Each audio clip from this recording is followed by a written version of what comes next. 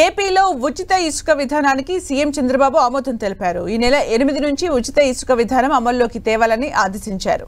ఉచిత ఇసుక విధానం అమలుకు చర్యలు చేపట్టాలని మంత్రి కొల్లు రవీంద్రకు సీఎం చంద్రబాబు ఆదేశాలు జారీ చేశారు. కలెక్టర్ల అధ్యక్షతన కమిటీ ఆధ్వర్యంలో లోడింగ్, రవాణా ఛార్జీల్ని నిర్ణయించనున్నారు. ఉచిత ఇసుక పాలసీతో రాష్ట్రంలో ఎంతో మందికి ఉపాధి అవకాశాలు దొరుకుతాయని మంత్రి కొల్లు రవీంద్ర చెప్పారు. నూతన పాలసీ ప్రకారం నిర్మాణాలకు కావలసినంత ఇసుకను రీచ్ల్లో ఉచితంగా తీసుకోవచ్చన్నారు.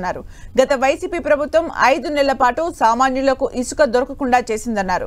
ఇకపై ఇసుక లోటు అనే పరిస్థితి లేకుండా చూస్తామన్నారు మంత్రి కొల్లు రవీంద్ర.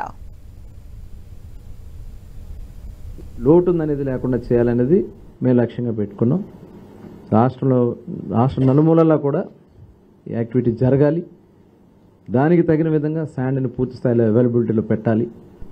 అట్లాగే దీన్ని నిరంతరం మానిటరింగ్, రేట్ల విషయంలో ఎక్కడన్నా ఈ ట్రాన్స్పోర్టేషన్ సంబంధించి ఎక్కువ చేసుకుని వీళ్ళు ఎవరైనా బ్లాక్ మార్కెట్ చేయాలని చూస్తే మటుకు తీవ్రమైనటువంటి చర్యలు ఉంటాయి.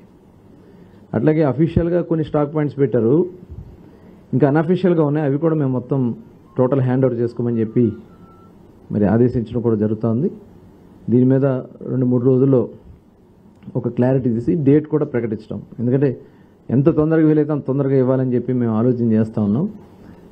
అన్నీ కూడా ఎక్కడ ఇబ్బందులు రాకుండా అన్నీ కూడా సరిచూసుకుని పూర్తి స్థాయిలో ఉచిత శాండ్ ప్రతి ఒక్కరికి ప్రతిరోజు అందుబాటులో ఉండే విధంగా చేయాలనేది గౌరవ ముఖ్యమంత్రులు నారా